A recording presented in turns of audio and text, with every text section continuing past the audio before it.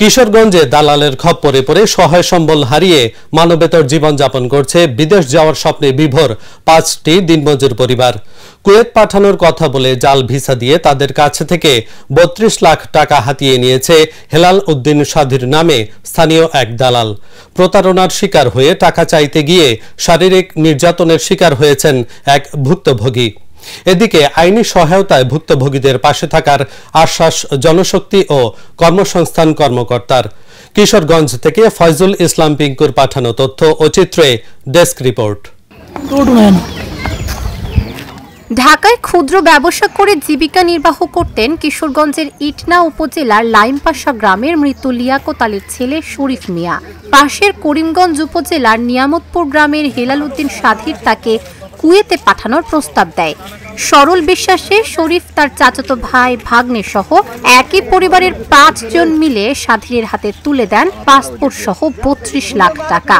তবে কিছুদিনের মধ্যে বুঝতে পারেন তারা প্রতারণার শিকার হয়েছেন। তাই তো বিদেশ যাবার স্বপ্নে বিভোর শরীফ মিয়ার পরিবারে নেমে আসে অমানিসার আধার। কান্না থামছে না পরিবারে। আরেকবার গেছে আমার হুটে মারাইছে। আমি সরকারের কাছে এই বিচার চাই। আমি আমার খুব কষ্ট আছে আমার নাতি নাতন নিয়ে। আমি নাতি নাতনের ভাত তুলে দিতে পারি না। আমার অত বড় দোকানদার ছিল, এই দোকানদারে বিনাশ করছে, বিনাশ করে এই টাকা বুঝে নিছে। আমার নাতি নাতন নিয়ে আমি রাস্তায় রাস্তায় ঘুরি। আমার ভূতে এরকম যত অশান্তি করেছে। আমি সরকারের কাছে এই বিচার চাই। সরকারের কাছে আমার এই বিচার করে দেয়, এই প্রতারকের বিচার।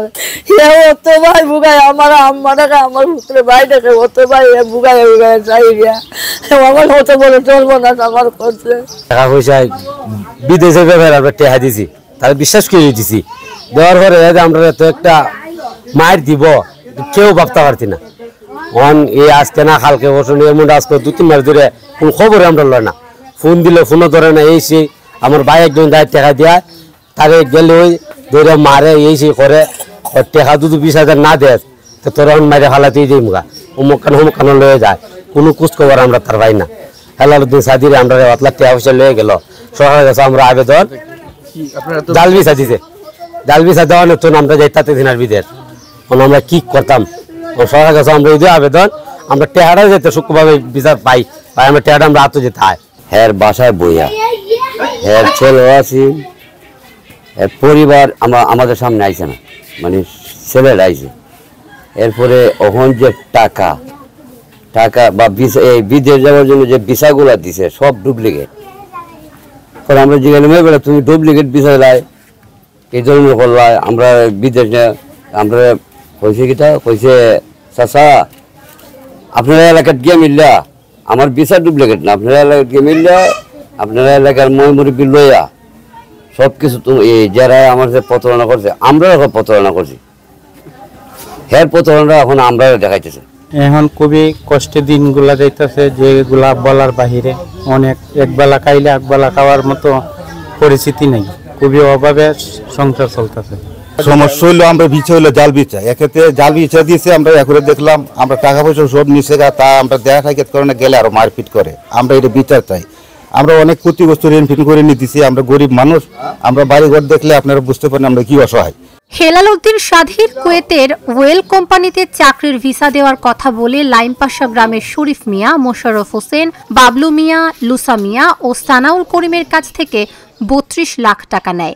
গত ৭ জুলাই তার কিশোরগঞ্জ শহরের শোলাকিয়ার ভাড়া বাসায় বসে টাকা নগদে পরিশোধ করা হয়। এরপর ৫ জনকে সাথে নিয়ে কিশোরগঞ্জ কারিগরি প্রশিক্ষণ কেন্দ্রে ৩ দিনের ট্রেনিং করানো সহ কর্মসংস্থান ও জনশক্তি অফিসে নিয়ে ফিঙ্গারপ্রিন্ট করায় সাধির। কিন্তু নানা টালবাহানায় তাদের সময় ক্ষেপণ করা হয়। এক পর্যায়ে বুঝতে পারেন সাধিরের দেয়া ভিসাগুলো নকল। ধরা পড়ে প্রতারণার বিষয়টি।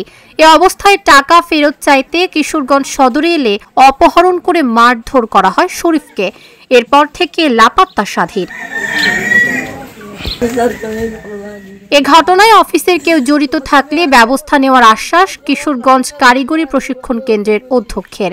আর মামলা করলে আইনি সহায়তা দেওয়া হবে বলে জানালেন জেলা কর্মসংস্থান ও জনশক্তি অফিসার। আমাদের এখানে জাস্ট ওরিয়েন্টেশন ক্লাস হয়। ওরিয়েন্টেশন ক্লাস একজন যার পাসপোর্ট আছে, উনি বিদেশ যাবেন মনস্থির করছে, নাও যেতে পারেন। উনিও ইচ্ছা করলে আমাদের বিএমইটি এলএমএস সফটওয়্যারে উনি 200 টাকা ফি দিয়ে ভর্তি হয়ে ক্লাস নিতে পারেন। সেক্ষেত্রে আমাদের অ্যাকচুয়ালি তার কাগজপত্র যাচাই করার আমাদের কোনো সুযোগ নেই বা ওইটাতে আমরা বাধ্যবাধকতা নেই। ম্যান পাওয়ার না হওয়ার মানে হলো যে কোনো এজেন্সি এখন পর্যন্ত কোনো দায়িত্ব নেয় নাই, তখন তার জন্য ব্যবস্থা হলো সে আদালতে অভিবাসী আইনে সে মামলা করতে পারবে। আদালতে মামলা করলে পরে তো এই দালালকে তখন প্রমাণ করতে হবে, প্রমাণ কতটুকু তার কাছে আছে সেটা তো আর আমরা বলতে পারবো না। তবে আদালত চায় যদি লিখিত প্রমাণ থাকে তাহলে এই মামলাগুলা জোর হয় বেশি, সাক্ষী তো লাগবেই, তখন আদালতে সে ওই প্রমাণ সাপেক্ষে সে উপস্থাপনা করবে, তো আদালত সে বিচার করবে। যারা প্রতারিত এরা আমার কাছে আসছিল, বিষয়টা আমাকে অবগত করেছে এবং এরা সত্যিকারই খুবই হতদরিদ্র মানুষ, খেটে খাওয়া মানুষ।